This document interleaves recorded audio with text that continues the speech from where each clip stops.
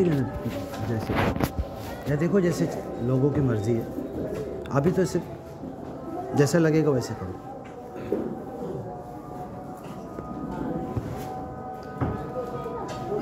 अस्सलामु अलैकुम वरहमतुल्लाहि वबरकातुह। दुनिया के तमाम इंसानों, इस दुनिया का पैदा करने वाला रब अपनी किताब में इरशाद फरमा रहा है, व इन्नल आखिरत हिय दारुल करार। दुनिया के बाद जो आखिरत आने वाली है, दूसरी ज़िंदगी, ये इत्मीनान और सुकून और करार पाने की जगह है। आज इंसान इस दुनिया में जब जी रहा है तो उसको उसकी ज़िंदगी में बड़े बड़े सवाल हैं। उसको सुख कैसे मिले, चैन कैसे मिले, इस दुनिया में कामयाबी कैसे मिले, इस दुनिया के अंदर आगे कैसे बढ़े, इस दुनिया में कारोबार, धंधा, बिजनेस, तिजारत, रुपया, पैसा, घर बार, बीवी, बच्चे, इन सब को लेकर सुख, चैन, इत्मीनान की ज़िंदगी कैसे हासिल करें। जब से इस दुनिया में इंसान आया है, हज़रत आदम के ज़माने से पहला इंसान और आज तक दुनिया इतनी फैल चुकी है, हर तरीके से तरक्की कर चुकी है। कल इंसान कपड़े सीता था तो उसके पास सिलने की मशीनें नहीं थी, हाथ से सिलता था। कल कहीं पर लेटर भेजना है, पैगाम भेजना है, ख़त भेजना है तो किसी को बोलकर भेजता था। आज सेकंडों में इधर कोई बोल रहा है, लिख रहा है और इधर दुनिया के दूसरे कोने पर बैठा हुआ सुन रहा है, पढ़ रहा है और फ़ौरन उसी सेकंड के आधे हिस्से में वहाँ से मैसेज आ रहा है, सेकंड के आधे हिस्से में इधर से जा रहा है। लेकिन एक सवाल ये है, जो इंसानियत का मसला था, इंसानों के लिए जो मसला बना हुआ था, वो आज तक सॉल्व नहीं हो रहा है। वो ये है कि सुख कहाँ मिले, चैन कैसे मिले, इत्मीनान कैसे मिले, अच्छी ज़िंदगी कैसे मिले, अपने घर बार, बीवी, बच्चे सबको लेकर बड़े सुकून के साथ आगे कैसे बढ़े, ये इंसानों के लिए एक बहुत बड़ा मसला बना हुआ है। कोई कुछ जवाब दे रहा है, कोई इंसानों को कुछ समझा रहा है। डॉक्टर कह रहा है कि मेरी डॉक्टरी में तुम्हें सुकून मिलेगा, इंजीनियर कह रहा है कि मैं बिल्डिंग बना दूंगा तुम्हें सुकून मिलेगा।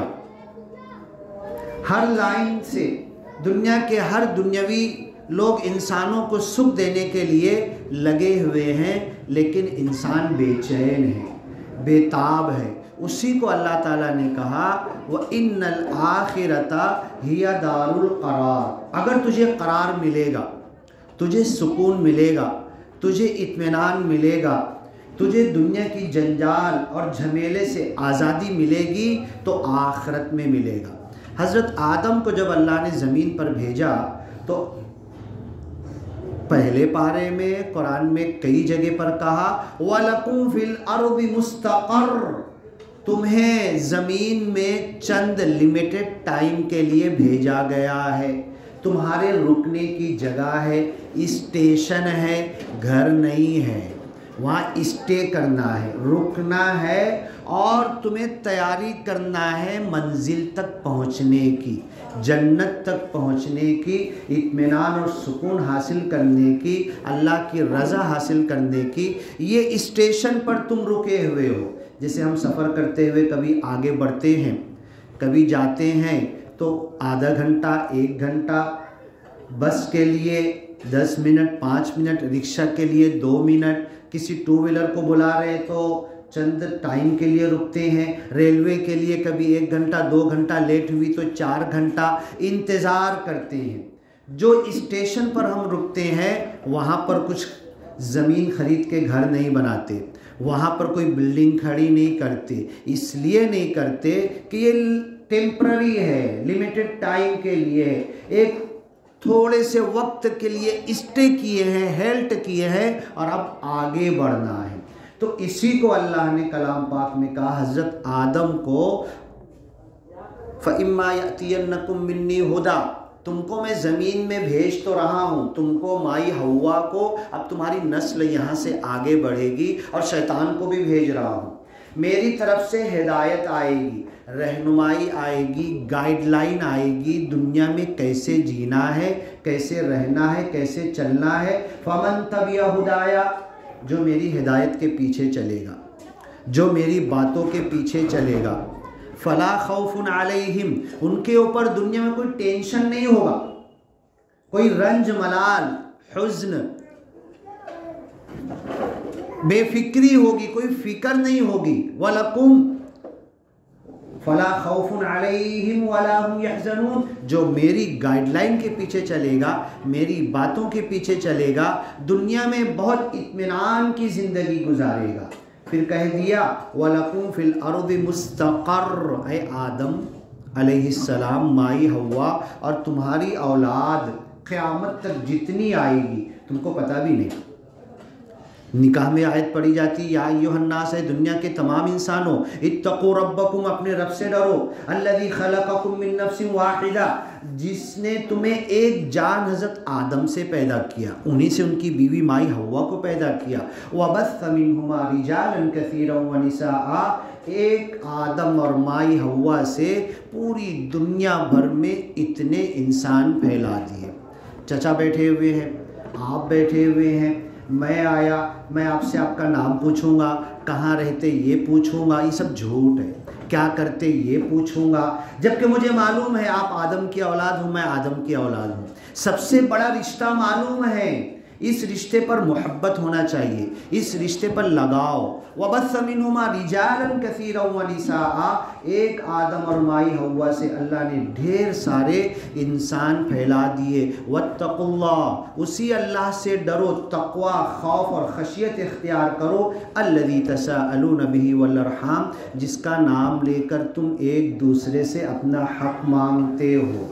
मैं आया, इस एरिए में जगह ख़रीदा, घर बना लिया, चचा मेरे बाजू में रहते हैं, मैं चचा को बोलूँगा मेरे को पहचानते हो, मेरे को जानते हो, चचा बोलेंगे नहीं पहचानता।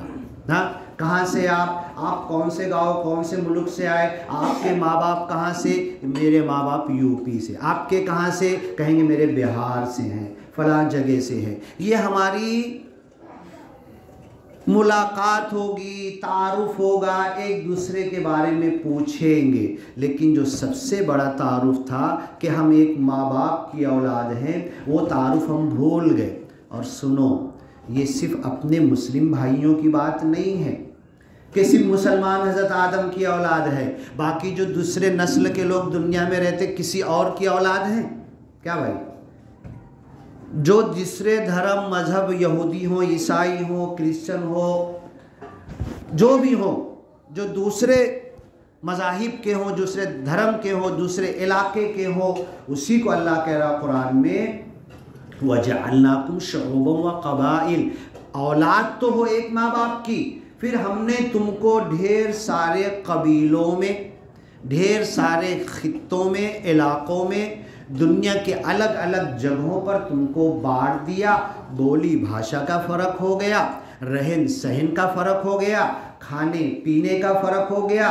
जो ठंडी इलाके में था वो गर्म मोटे कपड़े पहनता, जो गर्म इलाके का बारीक हल्का कपड़ा पहनता, समुंदर के किनारे का समुद्र के सारे जानवर जो उसके लिए उसके ज़माने के नबी ने हलाल हराम कहा वो खाता है, दूसरे इलाके के लोग दूसरी चीज़ खाते हैं। तो हमने तुम्हें कबीलों में, कौमों में अलग अलग पूरी दुनिया में बांट दिया। लितारफू, इसलिए कि झगड़ा करो, तू काला है मैं गोरा हूँ, हाँ तू नाटा है मैं ऊंचा हूँ, मैं ऊंची नस्ल का तू नीची नस्ल का, नहीं, सबकी नस्ल एक है, सबके बाप एक है। उसी को निकाह की आयत में कहा जाता है कि उस अल्लाह से डरो जिसका नाम लेकर तुम एक दूसरे से हक मांगते हो। मैंने मिसाल दी थी, मैंने जगह खरीदी, यहाँ पर घर बनाया, बाजू में चाचा का घर है, चाचा से अनबन हो गई, झगड़ा हो गया, नया पड़ोसी हूँ, हाँ उनकी मुर्गी है, बकरी है, कुछ भी है, बच्चे हैं, किसी ने घान कचरा कर दिया, चाचा से मेरा झगड़ा हो गया। आप जानते हैं मेरे को, आप पहचानते हैं मेरे को, लेकिन जो ओरिजिनल पहचान अल्लाह ने कराई थी उसके भूलने के बाद 1000 पहचान गिनवा दो, दुश्मनी बढ़ेगी, नफरत बढ़ेगी, आपस में एक दूसरे का टकराव की फिजा बनेगी। अल्लाह ताला तो ये कहना चाहता है कि अल्लाह ने सारे इंसानों को एक बाप हजरत आदम की औलाद बनाया, तो तुम्हें सारे इंसानों को गले लगाना है। अब आप कहेंगे हर नबी आए, अल्लाह के रसूल सल्लल्लाहु अलैहि वसल्लम आए, दुनिया को बड़े प्रेम और मोहब्बत से एक खुदा का मैसेज पैगाम दिए, एक खुदा की तरफ बुलाए, क़ूलू ला इलाहा इल्लल्लाह तुफ़्लिहू, कह दो एक खुदा है, एक अल्लाह है, तुम्हें कामयाबी मिल जाएगी। पत्थर मारे, जूते में खून भरे, तब भी अल्लाह के रसूल ने उन्हें बद्दुआ नहीं दी, उन्हें बुरा भला नहीं कहा। यहाँ तक कि ताइफ में फरिश्ते ने कहा 2 पहाड़ों के बीच में है, कहो तो अभी इस गांव को दबा के सेकंडों में तबाह बर्बाद कर दें। अल्लाह के रसूल ने कहा ये नहीं तो इनकी औलाद मानेगी, इनके बाद जो आएंगे वो मानेंगे।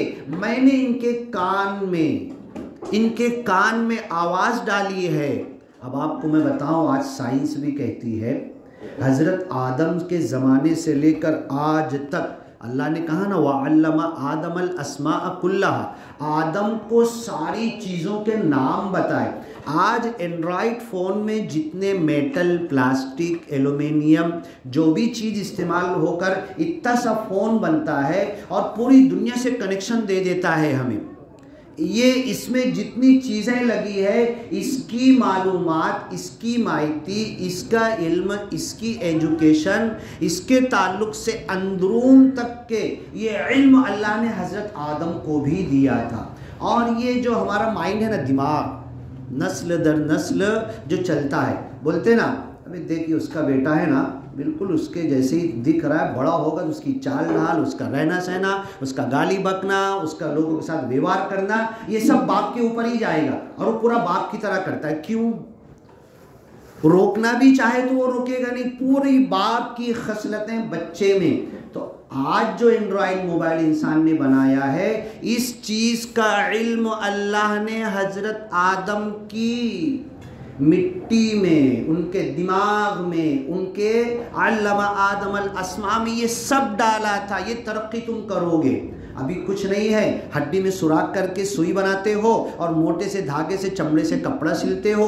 कल ऐसी ऐसी मशीन आएगी कि डालोगे, ऐसी मशीन भी आ गई, कपड़ा कट करके डाल दो, चारों तरफ से सिल के निकल गया, ना इधर घुमाना ना उधर घुमाना, तुम यहाँ तक तरक्की करोगे। तो ये सारी तरक्कियाँ अल्लाह ने इस इंसान के माइंड में डाली थी और उन चीज़ों को लेके चल रहा। और दूसरी चीज़ क्या डाली थी कि मैं हूँ तुम्हारा खुदा, तुम हो इंसान, तुम हो ज़मीन पर मेरे नायब और खलीफा। मैं जो बोलूँगा वैसे ज़मीन पे करना और चलना, वैसे ज़मीन का कानून चलाना। आपस में झगड़े मत करना, कलमा गो होते हुए भी आपस में झगड़े मत करना। इस दुनिया को अमन देने के लिए हमने बात की, शुरुआत की कि दुनिया का सबसे बड़ा मसला ये है कि सुकून कहाँ मिले, इत्मीनान कहाँ मिले, चैन कहाँ मिले, तरक्की कहाँ मिले, कामयाबी कहाँ मिले। मैं, मेरी बीवी, बच्चे, मेरा घर बार, माँ बाप, मेरा ख़ानदान सुख से ज़िंदगी गुजार के इस दुनिया से निकल कैसे जाएं, ये हर इंसान चाह रहा है। तो अल्लाह ने कहा ये एक तो हमने तुम्हें हदैनाहुन नजदैन, 2 रास्ते बता दिए, गुमराही के और हिदायत के, और इस दुनिया के अंदर कैसे जीना ये सब कुछ हमने तुम्हें बता दिया, इसके मुताबिक तुम्हें ज़िंदगी गुजारना है। अब इंसान करता क्या है, दूसरे पहलू को दबा देता है और एक पहलू, दुनिया के अंदर आज पैसे की कमी नहीं है, रुपये की कमी नहीं है, कपड़े की कमी नहीं है, खाने की कमी नहीं है। 20 साल पहले की रिपोर्ट थी, इतना कपड़ा दुनिया में, 20 साल पहले इतना कपड़ा दुनिया में बन चुका है, हर इंसान को दुनिया के 10 जोड़े देने के बाद ज़मीन को 10 मरतबा कपड़े में लपेट सकते हैं। इतना कपड़ा 20 साल पहले बन चुका था। खाने की चीज़ें, सब कुछ, अनाज वगैरह, इतनी चीज़ें अल्लाह ने दी है। और रिपोर्ट आई है कि दुनिया में खाना आज जो भूखे मर रहे हैं ना, किसी के पास खाने को नहीं है, अफ्रीकन कंट्रीज़ में पड़े रहते हैं, सिर्फ आँख हिलती है, भूखमरी उनके ऊपर आई हुई है। और दुनिया इतनी तरक्की हो गई, वो रिपोर्ट निकाल चुकी है कि पका हुआ खाना जितना फेंका जा रहा है ना, उसका आधा सारे भूखों को बांट दिया जाए दुनिया में तो सब पेट भर के खा लेंगे। पका हुआ खाना जो फेंक रहे। अब बताओ, एक दाना ज़मीन में डाला गया, कितनी मेहनत हुई, निकल के आया, बाज़ार में आया, मैंने जाके ख़रीदा, घर पे ला के दिया, औरतों ने मेहनत की, धोया, ये किया वो किया, फिर उसको पकाया, और पकाने के बाद इतना खाना पका हुआ वेस्ट हो रहा है।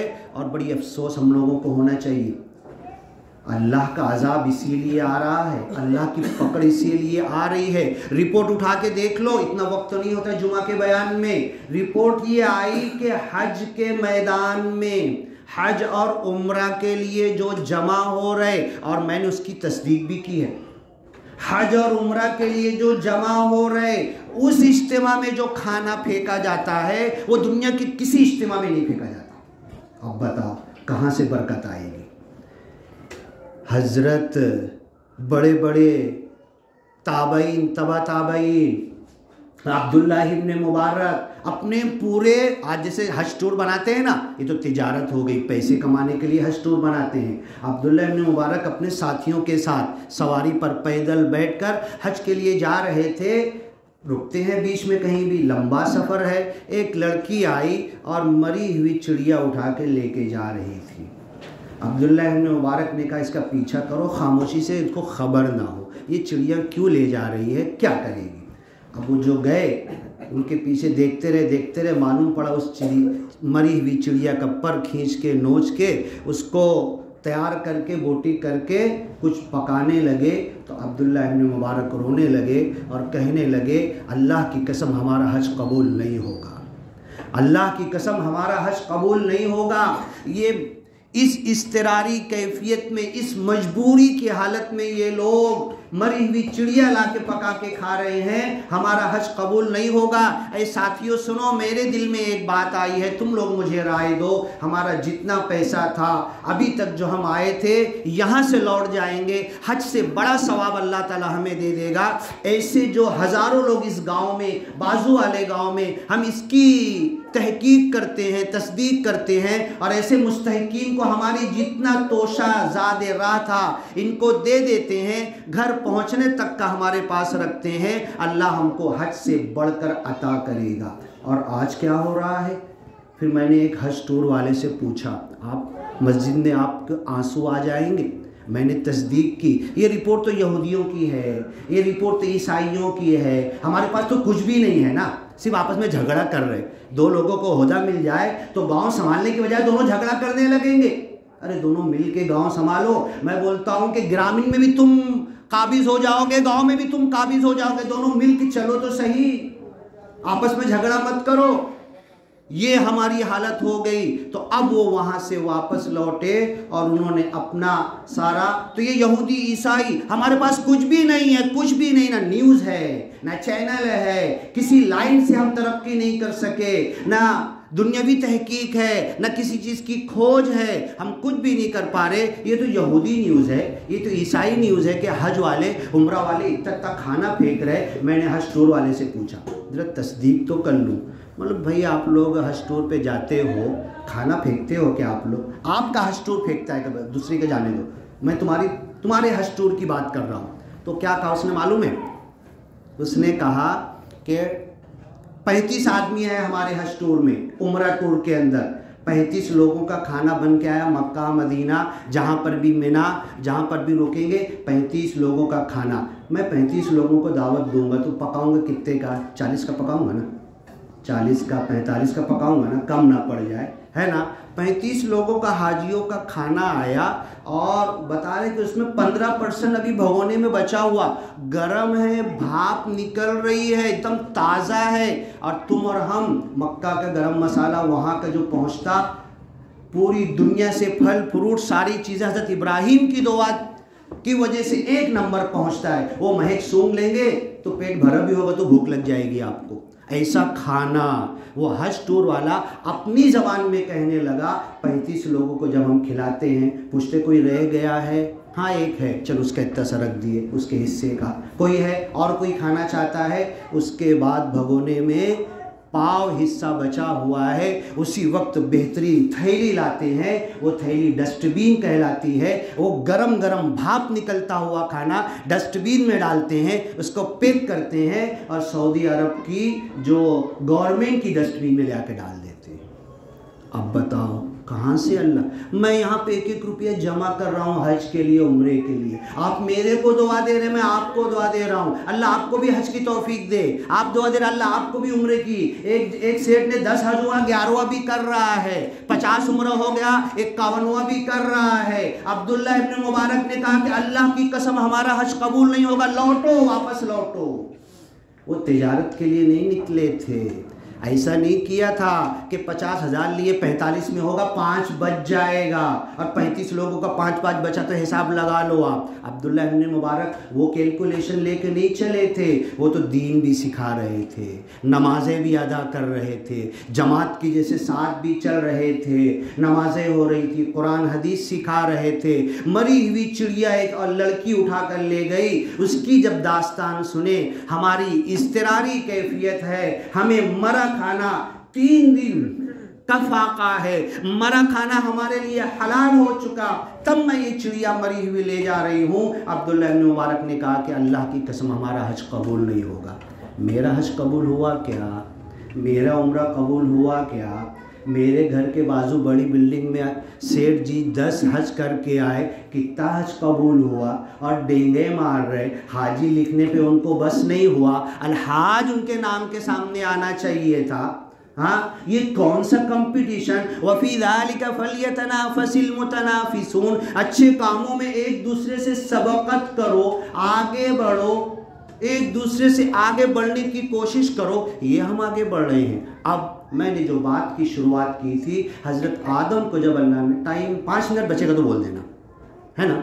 हज़रत आदम को जब अल्लाह ने भेजा तो कहा कि ज़मीन में तुम्हें टेम्पररी रुकना है, हेल्ट करोगे, स्टे करोगे, स्टेशन है तुम्हारा, घर नहीं है, दारुल करार नहीं है। व इन्नल आखिरत हिय दारुल करार, करार तो तुम्हें आखिरत में मिलेगा, ये मुस्तकर है, जिंदगी भर ढूंढते रहो। मेरी माँ बूढ़ी हो गई, बोलती है कि अब मेरी पसंद का जो मेरे जहन में सपनों का जो घर था वो थोड़ा 50% वैसा बना है। बोला अम्मा मरे तक कि तुम्हारी जहन का घर बन ही नहीं सकता, भूल जाओ उसको।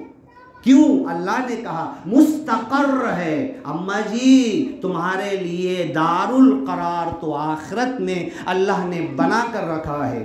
हज़रत जिब्रील अलैहिस्सलाम अल्लाह के रसूल सल्लल्लाहु अलैहि वसल्लम के पास वही लेकर आते थे ना, सबसे पहले सबसे ज़्यादा अपना तन मन धन रुपया पैसा दीन के लिए लगाने वाला कौन है पता है क्या चाचा? अल्लाह के रसूल सल्लल्लाहु अलैहि वसल्लम के पास कौन है? सबसे ज़्यादा तन मन धन रुपया पैसा दीन के काम के लिए लगाने वाला हज़रत माई खदीजा रज़ी अल्लाह ताला अन्हा है। हज़रत जिब्रील आते थे, वही आती थी, देके चले जाते थे। पहली वही आई, आप घबरा गए, लंबा चौड़ा वाक़या है, दिलासा हज़रत माई खदीजा ने दिया, घबराओ मत, अल्लाह आपको रुसवा नहीं करेगा। हज़रत जिब्रील आए, वही दिए, चले गए। हज़रत माई खदीजा इतनी बड़ी, धीरू भाई अंबानी है ना, कुछ नहीं लगता उनकी प्रॉपर्टी के आगे।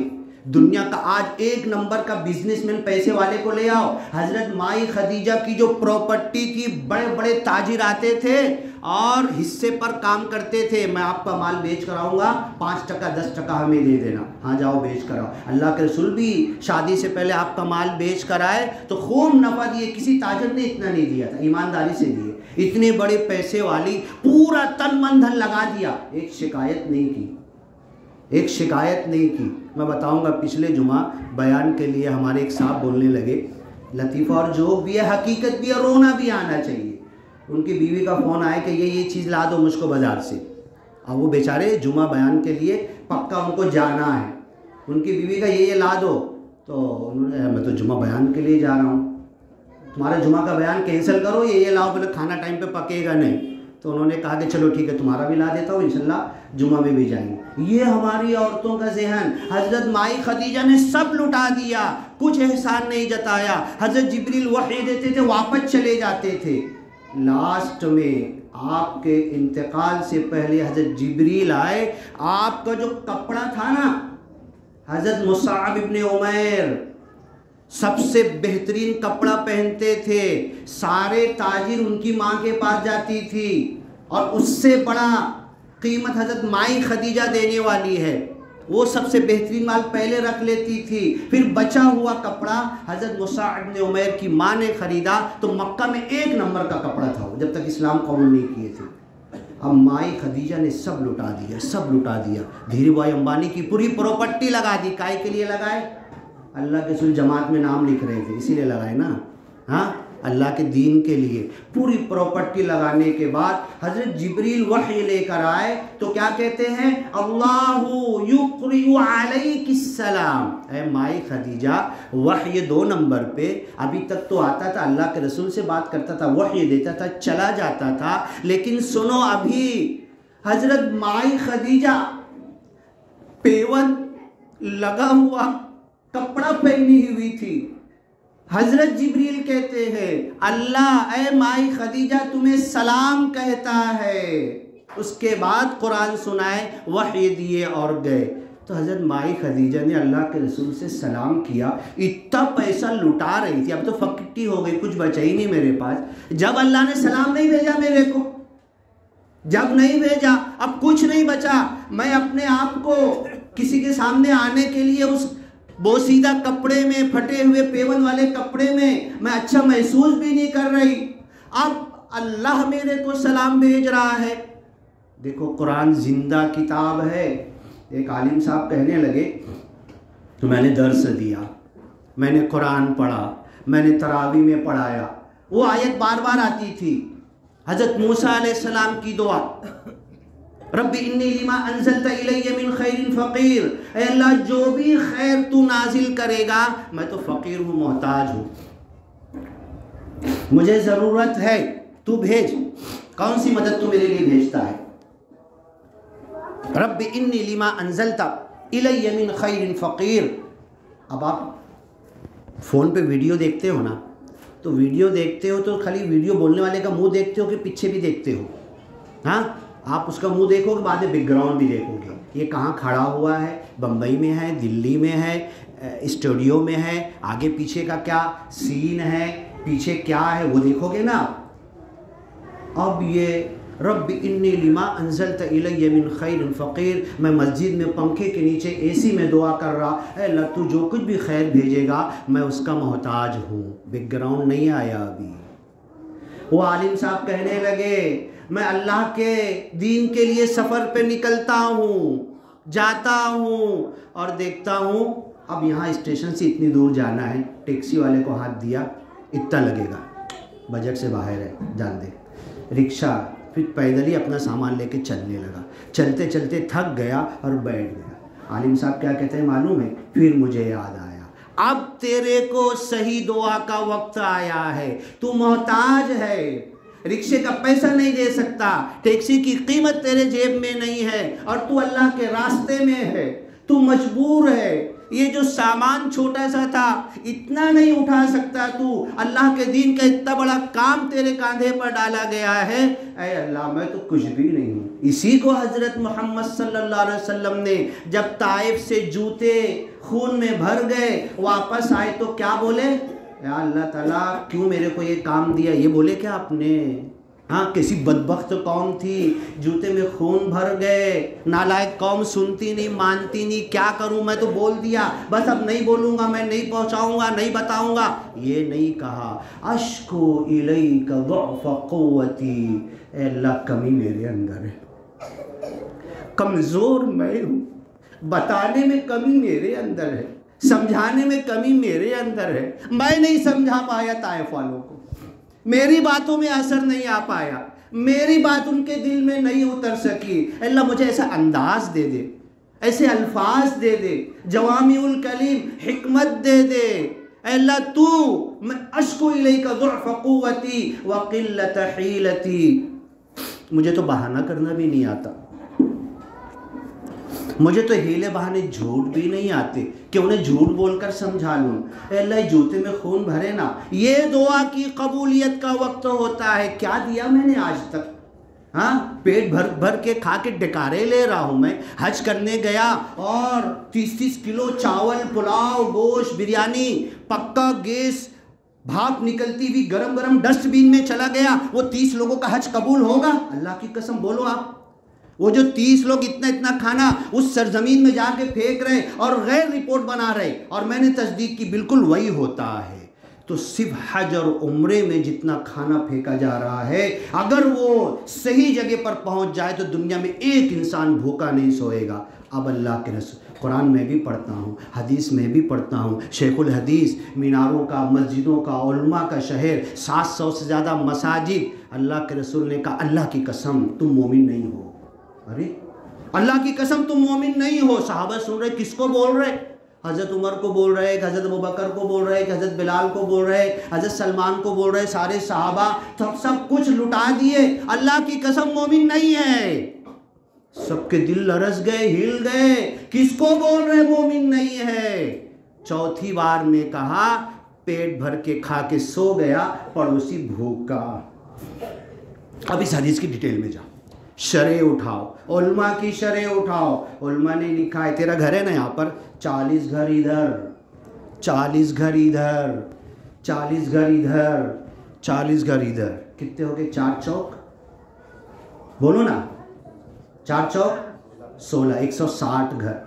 160 घर में आपका घर, अगर एक भी बंदा भूखा सोता है, अल्लाह की कसम तुम मोमिन नहीं हो। ऐशा पढ़ के भी गए तो मोमिन नहीं हो। फजर पढ़ने के लिए अलार्म लगाए हो तो भी मोमिन नहीं हो। अरे क्या करूं मैं, अब कैसा मोमिन बनूं?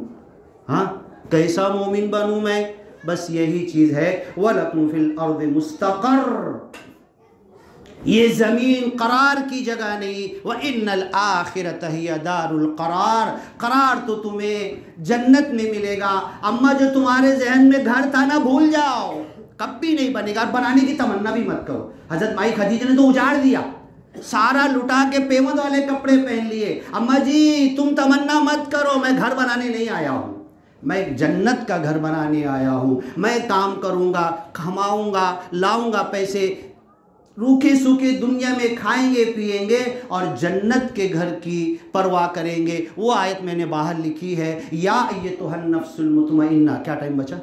हाँ, या अय्यतुहन नफ्सुल मुतमइन्ना, ए इत्मीनान बख्श ज़िंदगी गुजारने वाले। मैं तो मुतमइन नहीं हूँ ना।